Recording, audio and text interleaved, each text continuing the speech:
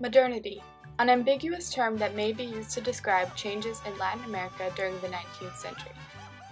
Whether modernity defines economic, social, or political reforms, it does seem to be based on European and North American ideals, those that have never quite thrived in Latin America.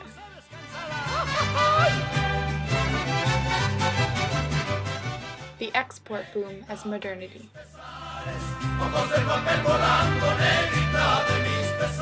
Porfirio Díaz. Under Díaz's regime, Mexico gleamed modern.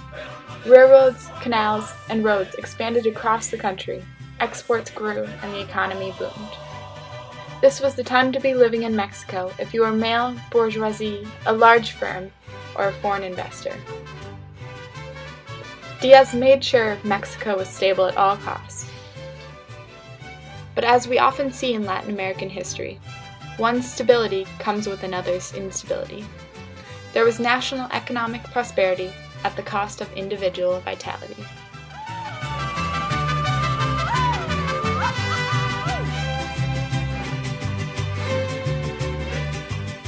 According to the numbers, Mexico was a very modern society.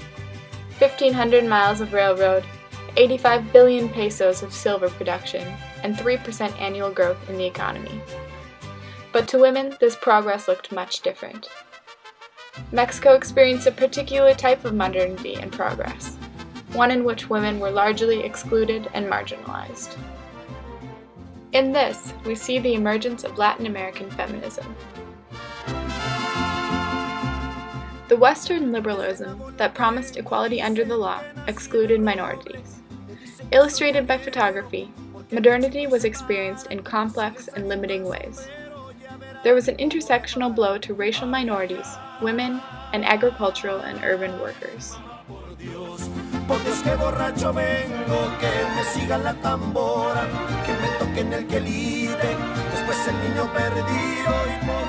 One branch of feminism, called socialist feminism, was critical to the feminist movement during the time of modernity. Socialist feminism linked the oppression of the worker to the oppression of women. Many women faced the realities of modernization not only as oppressed women, but also as oppressed workers. The emergence of feminism in Latin America coincides with the entrance of women into the industrial workforce in the late 19th century, providing support to the socialist feminist analysis of the oppression of women. However, like much of recorded history in the time, it ignores the differing experiences of indigenous women and black women. In our presentation, we will focus on the position of non-racialized women in modern Mexican society with reference to class. Their position in society exemplifies the theme of modernity without liberalism. Working women.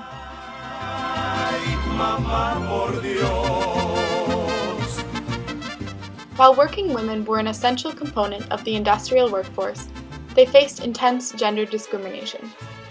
Working conditions in Díaz's industrializing Mexico were oppressive and dangerous for all workers, but women had a unique experience. Many were moving in and out of their jobs to tend to their families' needs. Factory owners were wary to employ married women or women with children, some even going to the extent of administering virginity tests. The chastity of their female workers was important to these men, a traditional notion in a modern society. Another type of blue-collar female worker developed in this export-based society. Women found jobs in areas such as ports and mining camps to work as cooks, seamstresses, maids, and prostitutes for the predominantly male population. Women entered the workforce in a way that was non-threatening to her male counterpart. While there were few women who pioneered the field of medicine and one in law by the end of the century, this was exceptionally rare, and their positions were limited.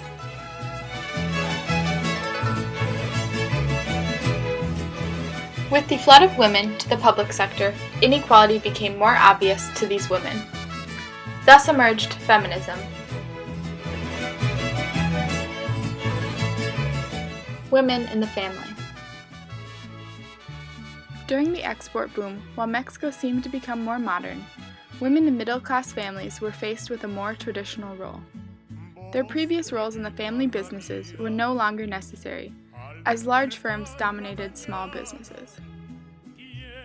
The activity of women in the public sphere during the independence movements of the early 19th century shifted back to the private sphere under Díaz. Opportunities for education were scarce, and if a woman were to be formally educated, her studies were superficial and primarily used to give a good face to her family and carry out a polite conversation.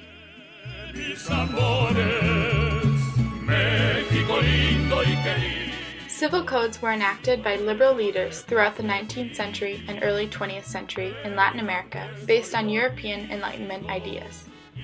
With the Civil Code of 1970, married women were legally obligated to obey their husbands. Under Díaz, the Civil Code of 1884 deprived a married woman her right to private property. In fact, widowed and singled women faced the greatest amount of liberty with the social cost of living without a man. Latin American society in the 19th century seemed to favor authoritarian figures. Just as Díaz took a strong hold of the country, man took a strong hold of the family. Granted, these gender norms can still be seen today, along with the continuing trend of authoritarian leaders across Latin America.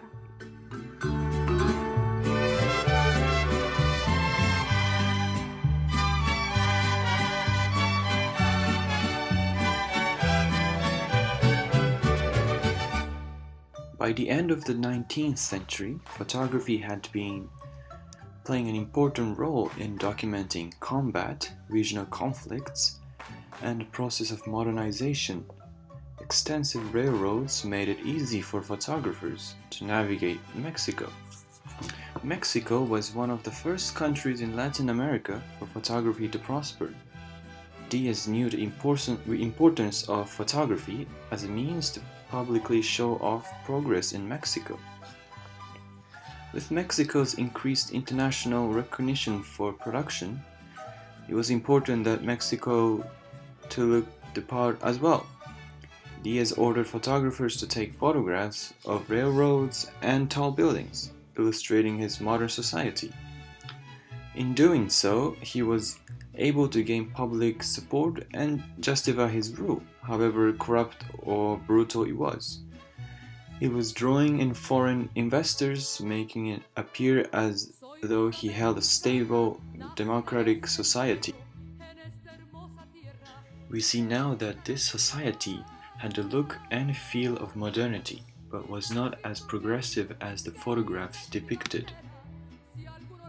Photographers such as William Henry Jackson observed engineering projects such as telephone lines, dams, and railroads, which are indispensable to a modern nation.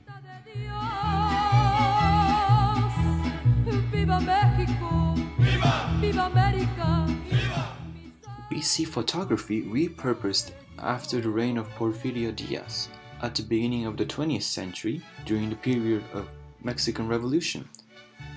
From being used as evidence of modernization to a way of documenting a different type of progress, one moving away from the oppressive rule of Díaz. Photography was not only used to show the process of modernization in Mexico, people used it to prove that they were part of the civilized society and that they no longer had any connections with indigenous traits. One of the best examples was the photograph of Benito Juárez, the president of Mexico. He was Zapotec origin, but hoped to effectively erase his indigenous past by portraying himself as a modern man through photograph. By erasing his indigenous past, he was able to climb the social hierarchy and participate in modernized Mexico. The photojournalist Agustín Víctor Casasola took photos of important figures in the revolution, such as Emiliano Zapata and Pancho Villa. He traveled along with troops and photographed the ordinary lives of soldiers, including their families. However, he also shot the grim parts of the war, including images of execution. This was a stark contrast to the previous portrayal of modern Mexico.